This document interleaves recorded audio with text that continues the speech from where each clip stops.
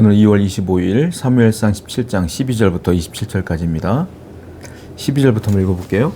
다윗은 유다 베들레헴 에브라 사람 이세라 하는 사람의 아들이었는데 이세는 사울 당시 사람 중에 나이가 많아 늙은 사람으로서 8아들이 있는 중 그 장성한 세 아들은 사울을 따라 싸움에 나갔으니 싸움에 나간 세 아들의 이름은 장자 엘리압이요 그 다음은 아비나답이요 셋째는 삼마며 다윗은 막내라. 장성한 세 사람은 사울을 따랐고 다윗은 사울에게로 왕래하며 베들레헴에서 그의 아버지 양을 칠 때에 다윗은 우리가 알다시피 사무엘에게 이미 기름 부음을 받았어요. 왕이 될 것이라는 것을 알고 있어요.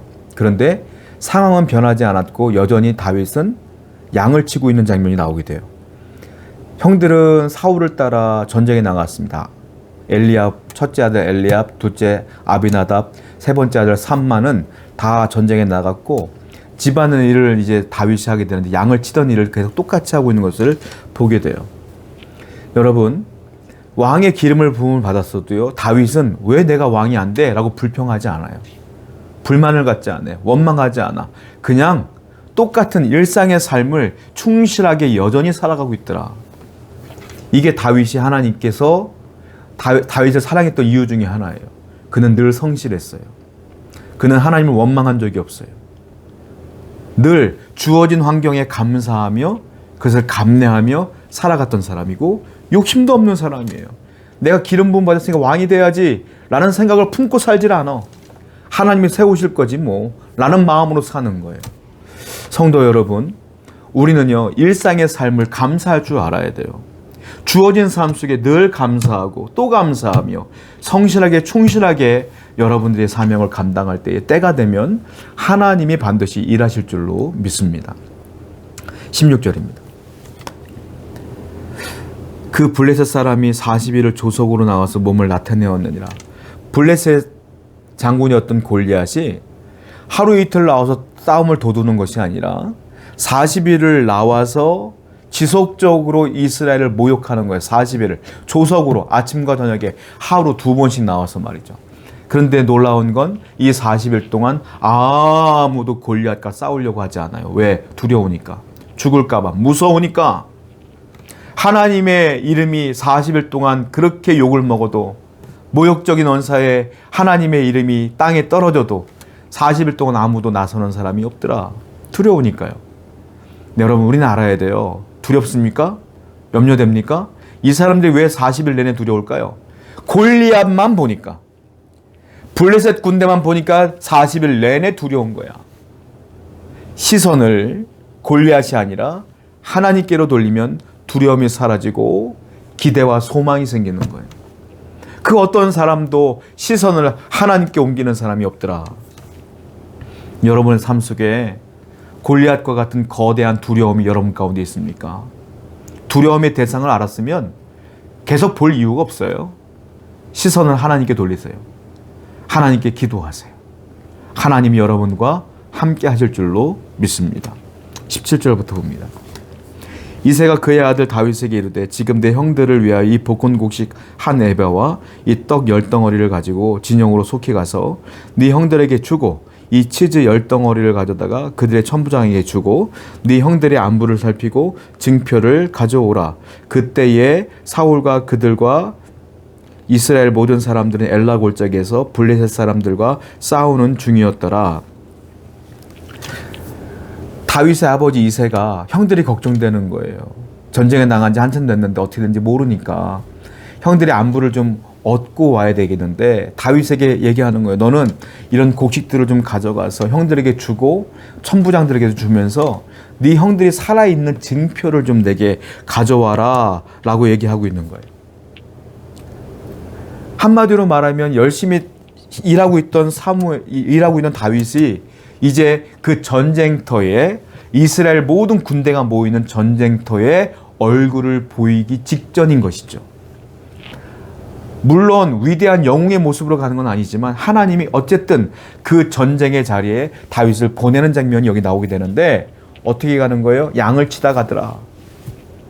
여러분, 하나님은요, 사울이 하나님의 사람 사무엘을 만나고 왕이 되는 그 과정 가운데 뭐를 찾으러 갔어요? 잃어버린 가축을 찾으러 갔다가 만나잖아요. 그리고 왕이 됐잖아요, 사울이. 이 다윗도 마찬가지예요. 양을 치다가 형들에게 점심 도시락을 갖다 가져가다가 이제 하나님께서 만드는 역사의 그 무대 위에 서게 되는 거예요. 하나님은 여러분들을 세우실 때에 갑작스럽게 여러분들에게 뜬금없는 곳으로 확 인도하시는 게 아니라 여러분들이 하고 있는 일상의 삶 속에서 차근차근히 자연스럽게 하나님의 뜻을 이루는 장소로 인도하시는 거예요. 그러니까 우리는 어떻게 해야 될까요? 하루하루의 삶 속에 성실하게 살아가는 것이 우리의 사명인 거예요. 하나님, 나를 이렇게 해서 이렇게 점프하게 주세요가 아니라 여러분들이 하루하루 열심히 충성되게 살다 보면 하나님이 여러분들도 모르는 사이에 하나님이 뜻한 바 장소로 인도하시는 겁니다. 그러니까 오늘도 열심을 다하여 다윗이 양을 치는 것처럼 여러분들이 하던 일들을 열심히 믿음으로 감당하시기 바랍니다. 20절이에요. 다윗이 아침에 일찍 일어나서 양치는 자에게 맡기고 이새가 명령한 대로 가지고 가서 진영에 이른즉 마침 군대가 전장에 나와서 싸우려고 고함치며. 그 말을 들었던 다윗은 아버지 말씀에 순종하는데 성경에 이렇게 써 있어요. 이새가 명령한 대로 아버지께 순종하는 거예요. 이 다윗은 선천적으로 순종을 잘해요. 형들 다 놀고 먹을 때도 혼자 양쳤어요. 알죠? 이새가 그 아들들 다 불러 모았을 때 다윗만 남겨놨는데 아무런 불평불만이 없고 혼자 양을 치다가 나중에 사무엘이 불러오니까 그제서야 왔습니다. 이 다윗은 어떤 사람이냐? 순종의 사람이요. 그러니까 하나님께도 순종을 잘하죠. 그리고 어떤 사람이냐면 그냥 양을 치다가 네 하고 가버리는 게 아니라 일꾼들을 불러다가 양을 이렇게 쳐라 라고 잘 자기가 하던 일들을 인수인계를 잘 해놓고 가요. 그러니까 마지막까지 자기가 하던 일들을 책임질 줄 아는 사람이었다. 그런 순종의 사람이요, 성실한 사람이요, 충실한 사람이요, 책임의 사람이었다. 사울은 늘 변명했지만 다윗은 늘 책임지는 사람이었어요. 기억하세요. 하나님이 원하는 사람은 이와 같은 영적으로 하나님과 가까운 사람이요, 순종의 사람이요, 책임질 줄 아는 사람이요, 성실한 사람이다. 우리 성도는 다윗처럼 이러한 성품을 갖고 살아야 될 줄로 믿습니다. 26절부터 볼게요. 다윗이 곁에 서 있는 사람에게 말하여 이르되 블레셋 사람을 죽여 이스라엘의 치욕을 제거하는 사람에게는 어떠한 대우를 하겠느냐? 이 할례 받지 않은 블레셋 사람이 누구이기에 살아계신 하나님의 군대를 모욕하겠느냐? 백성이 전과 같이 말하여 이르되 그를 죽이는 사람에게는 이러이러하게 하시리라 하니라.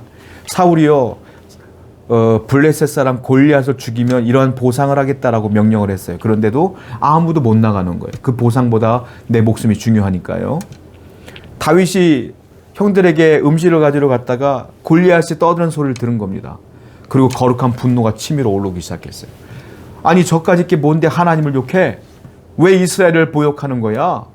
그때 사람들이 말해요. 저 골리앗을 죽이면 이러이러한 보상을 준대. 다윗이 분노하는 건 보상 때문이 아니에요.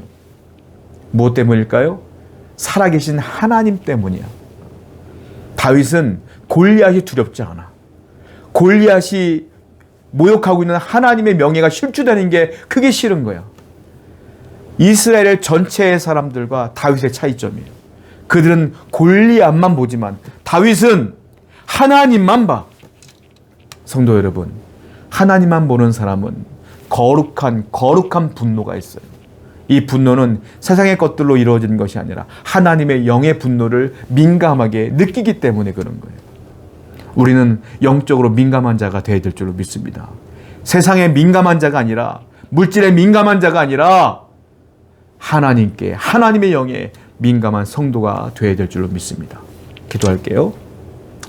다윗처럼 하나님의 영에 민감하기를 원하며 다윗처럼 일상의 삶에 순종적이고 성실하게 살아가는 성도가 되게 하여 주옵소서. 예수님의 이름으로 기도드렸습니다. 아멘.